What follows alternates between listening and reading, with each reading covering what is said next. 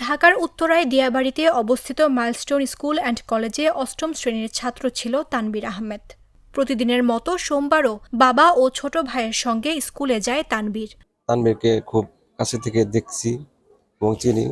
ও লেখাপড়ায় সবসময় এই কেজি থেকে ক্লাস 8 পর্যন্ত রোল নম্বর 1 ছিল।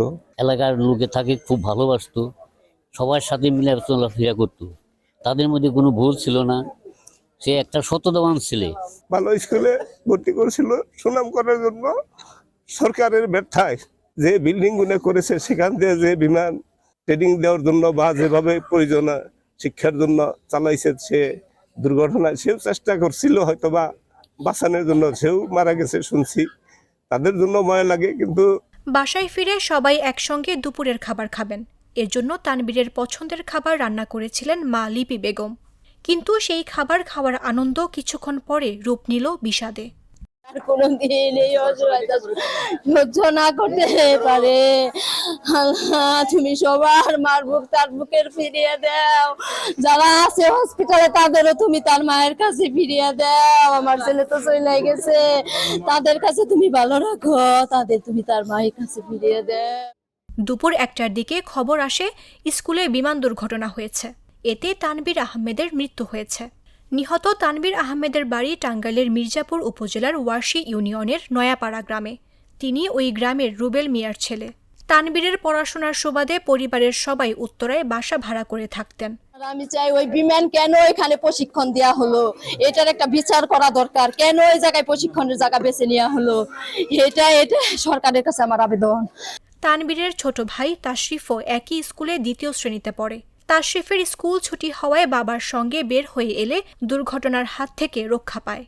সরেজমিনে দেখা গেছে ছেলের শোকে বারবার মূর্ছা যাচ্ছেন মা ও বাবা। স্বজনরা ছাড়াও আশপাশের লোকজন তানবীরকে এক নজর দেখতে ভিড় করছেন। না, এই জন্য আমি মাঝে মধ্যে একটু রাগ করতাম, তুমি সবজি না খেলে তোমার পুষ্টি হবে কোত্থেকে। তারপরে ছেলেরে খাওয়াইতে পারতাম না। আর আমাদের জন্য ভেন্ডি ভাজি করছিলাম, মাছের তরকারি করছিলাম একটা, ওগুলো সব রান্না ওইভাবেই খেতে পারিনি। আমার ছেলেও খেতে পারিনি। ও 3টা বাজে আসতো, কোচিং করতো। ও সবাই ছুটি হয়ে গেছে, যারা কোচিং এর ছিল ওরা ওই ক্লাসে থেকে তারপর কোচিং করে 3টা বাজে একাই বাসায় চলে আসে। আমার ছেলে অনেক ভদ্র ছিল, কোথাও যেত না, স্কুল আর বাসায়। তানবীরের ছোট ভাই তাশরিফ জাগো নিউজকে বলেন, বাবা, ভাই ও আমাকে একসঙ্গে স্কুলে নিয়ে গিয়েছিল। স্কুল শেষে আমি বাবার সঙ্গে ব্যাংকে গিয়েছিলাম। ব্যাংকে জানতে পারি স্কুলে বিমান দুর্ঘটনা ঘটেছে। পরে আমরা স্কুলে আসি।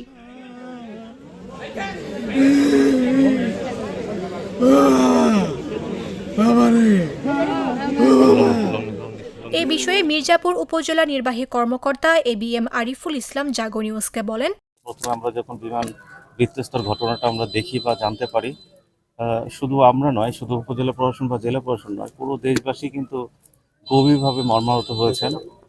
এবং এটা আসলে মেনে নেবার মতো নয়।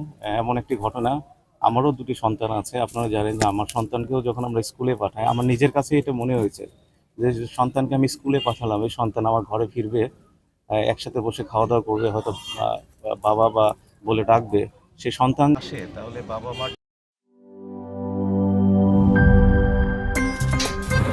আমার একটা স্মার্ট সিদ্ধান্তে 25% গ্যাসের খরচ কমেছে। ভাবছেন কিভাবে?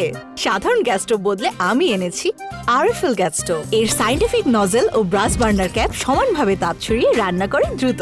তাই গ্যাসও বাঁচায় 25%, টাকাও বাঁচে 25%। আরএফএল গ্যাস স্টোভ, নিরাপদ ও গ্যাস সাশ্রয়ী।